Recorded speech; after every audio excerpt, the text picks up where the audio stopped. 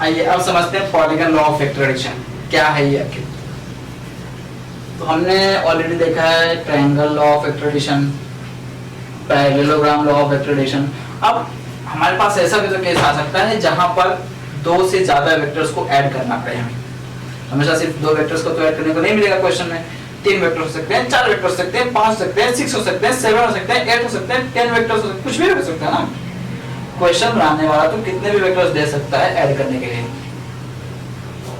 उसका क्या तरीका होता है, देखिए अगर ये एक वेक्टर है ए, ये दूसरा वेक्टर है बी, ये तीसरा वेक्टर है सी, ठीक है। इन तीनों को ऐड करने को दिया जाए आपको दो तरह के स्टूडेंट्स मिलेंगे। एक वो जो बहुत हार्ड वर्किंग है और स्मार्ट भी है साथ से साथ, ठीक है। स्मार्ट है तो क्वेश्चन कर ले जाएंगे, लेकिन क्योंकि ज्यादा हार्ड वर्किंग है इसलिए ज्यादा हार्ड वर्किंग मेथड से करेंगे।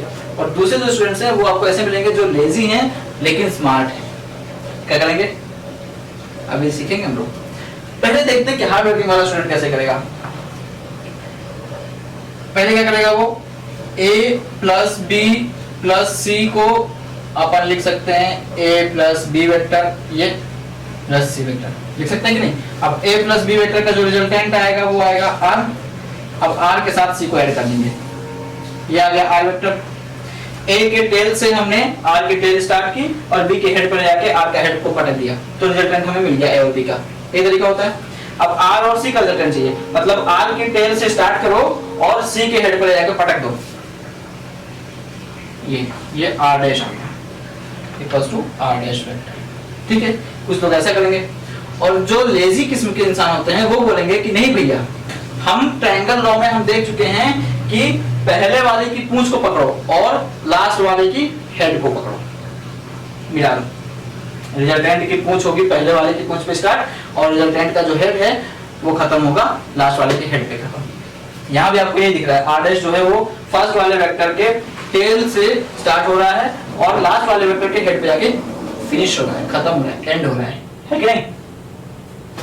ये तरीका होता है दो से ज्यादा वेक्टर्स को ऐड करने का।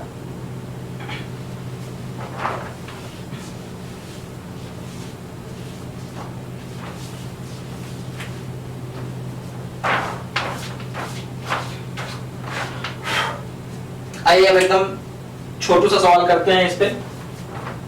ये एक वेक्टर है ए वेक्टर, ये दूसरा वेक्टर है बी वेक्टर, ये तीसरा वेक्टर है सी वेक्टर, ये फोर्थ वेक्टर है, अरे इसको दूसरा नाम दो भाई, डी वेक्टर, और एक और ले लेते हैं ई वेक्टर। किसी ने बोला कि ये सारे वेक्टर्स हैं, इनको ऐड करके बताओ। कौन करेगा भाई इतनी मेहनत, ज्यादा टफ नहीं है, ट्राई करते हैं। कोई भी एक को पकड़ो पहले, किसको पकड़ोगे, ABCD चलते हैं है ना, पहले ए को पकड़ते हैं। चलो अब ए के हेड पे बी का टेल ले जाके रखो, ये हो गया बी वेक्टर। अब बी वेक्टर को हटा दो, फिर सी वेक्टर, ये आ गया सी वेक्टर, फिर डी वेक्टर, ये आ गया डी वेक्टर, फिर ई वेक्टर, ये आ गया ई वेक्टर, ठीक है।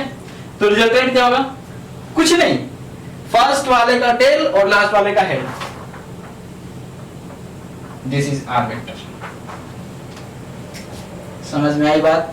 तो कितने सारे भी आपको वेक्टर्स दिए गए हैं, कितना भी गंदे डायरेक्शंस हो, एक को उठाओ उसके बाद सारों को टेल से हेड टेल से हेड टेल से हेड मिलाते हुए रखते जाओ, पूंछ पे सिर पूंछ पे सिर पूंछ पे सिर मिलाते हुए रखते जाओ, और लास्ट वाला जब वेक्टर खिंच जाए तो उसके बाद स्टार्टिंग वेक्टर देखो उसका टेल ढूंढो, ठीक है, और लास्ट वेक्टर का हेड ढूंढो।